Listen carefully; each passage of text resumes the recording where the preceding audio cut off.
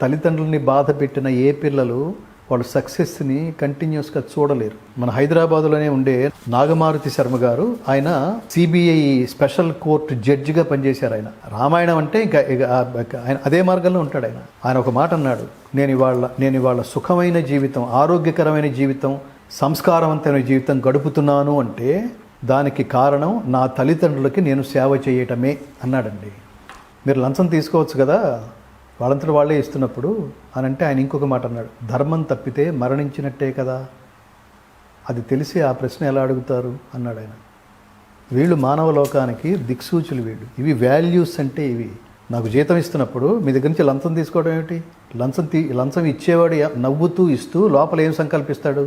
మీరు 10 కాలాల పాటు ఇలాగే లంచం తీసుకుంటూ క్షేమంగా ఉండండి సార్ అంటాడా? వీడు సర్వనాశనం అయిపోవాలని కాంక్షించడం లోపల. అదే కదా తర్వాత కాలంలో నీ ఫ్యామిలీ ఎఫెక్ట్ అవ్వడానికి కారణం, నీ ఆరోగ్యాలు, మీ పిల్లల ఆరోగ్యాలు నాశనం అవడానికి కారణం. మీరు భగవద్గీత చదవండి, అన్యాక్రాంతంగా అనవసరంగా ఇతరుల జేబులో డబ్బులు మీరు ఖర్చు పెట్టే ఆలోచనలు పోతాయి. నీ జేబులో డబ్బు నా జేబులోకి ఎందుకు రావాలండి? నాకు కష్టం ఉంటే, నాకు తెలివితేటలుంటే నేను సంపాదించుకుని నేనే ఆ వస్తువుని కొనుక్కోవాలి. అదేదో సినిమాలో చూస్తారు, ఏదో చెప్తారు చూడండి, అక్కడ పోలీస్ ఆఫీసర్ ఏదో సెటిల్మెంట్ చేస్తాడు, మా పద్మావతికి ఆ ఫ్లాట్ ప్లాన్ చేయండి. ఏదో సినిమా, అది మహేష్ బాబు సినిమా. ఇవి సమాజంలో జరిగేవి. అవి నీ పద్మావతికి వాడెవడో ఫ్లాట్ ఇవ్వడం ఏమిటి? నీ భార్యకు వాడెవడో మల్లెపూలు కొనిపెట్టడం ఏమిటి? నీ ఇంటికి వాడెవడో ఇటుకలు సప్లై చేయడం ఏంటి? అంటే ఎంత మానసిక వికలాంగుడివి నువ్వు, ఎంత మానసిక దుర్బలతంతో కొట్టుకుపోతున్నావు. వీటన్నిటి పరిహారం ఉంటుందని ఎందుకు తెలియట్లేదు నీకు? ఇవన్నీ తెలిస్తే, భగవద్గీత ఇవన్నీ తెలిస్తే, భగవద్గీతని ఎందుకు అండర్లైన్ చేస్తున్నావు అంటే, అన్ని శాస్త్రాల సమాహారం ఇదొక్కటి చదివితే చాలు.